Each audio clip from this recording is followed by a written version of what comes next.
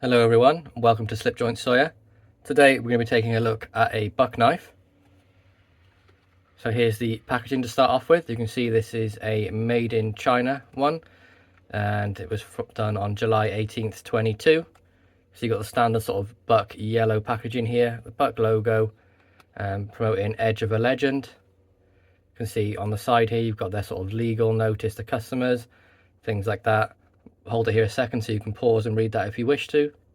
Got the contact details at the bottom here, along with a website, and on the back you do get this sticker for sale outside of the US and Canada.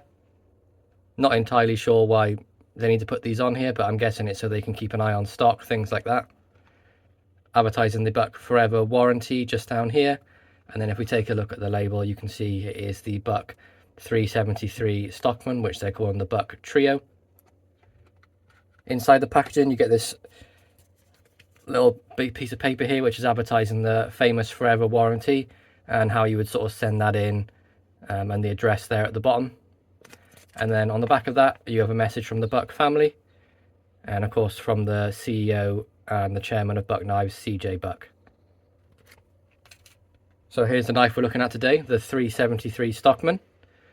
You can see straight away it is the the laminated wood, and they've done such a fantastic job with it. The fit and finish on this is pretty much flawless. I'm struggling to find that. I think it's better than all of my buck knives I've got. This is the best fit and finish one I have. So you got the standard Stockman pattern there, the 3 blades, and then of course this is a buck Stockman. You have the 3 springs as well. We have nickel silver bolsters. Transitions are excellent. You have nickel silver pins here and here, and then a steel pin here which holds the knife together. You do have that buck shield there, nicely stamped in, nice and flush.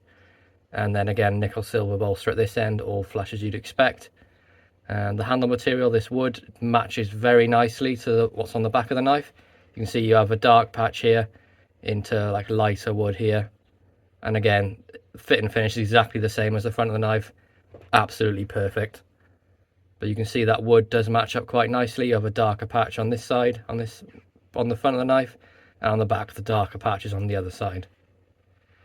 Take a look at the back springs and you can see, I mean, the fit and finish there is flawless. Maybe if I want to be really picky, there's like the tiniest little bit of step in just down here, but apart from that, honestly nothing. Just an absolutely beautiful little knife. So we take a look at the blade. So you have the main clip point blade. See, nice nail nick there, doesn't interfere with the swedging, and you do have that hollow grind on there, and a really nice edge on this blade on the front and on the rear. Pretty much, I really sort of it's the same all the way along. And you do have the buck tang stamp there, 373, and then the date stamp there, which I'm guessing is 22 based on what the packaging says. And then no half stops and a nice snap on the close. I say this is about 5.5 pull, but that's okay for a little tiny Stockman. It's obviously not going to be used for massive sort of work jobs, and it is the medium sort of size Stockman. Fits in the hand quite nicely. Choke up on the blade, nice and secure. And then we have the sheep's foot blade here, and this is located in the middle on buck Stockmans, whereas normally it would be on the same side as the clip point. I believe this is done because they feel that the sheep's foot is the most used blade on the knife, and as it's pinched between all that, there's, it's nice and sturdy, no wobble. And you can see you have a nice clean nail nick there as well with the hollow grind. And again, the edge on this piece is absolutely fantastic. Front and back nice and even, maybe a bit heavier on this side than the front, but razor sharp nevertheless. And again, nice snap on the sheep's foot blade. Say, yeah, about 5.5 pull on that as well. And then we have the final blade, which is the little tiny spade blade. You see again, nice clean nail nick. Grind's pretty decent on this one as well. A little bit heavy on the tip maybe. And then sort of nice and even on the reverse. But not a bad looking spade blade. Not my particular favourite sort of blade shape, but the smaller ones I'm not too fussed about. They they got a purpose, and I'll still use this blade. It's just the longer ones I'm not a massive huge fan of. There we go again, about a 5 pull and a really nice snap on the close.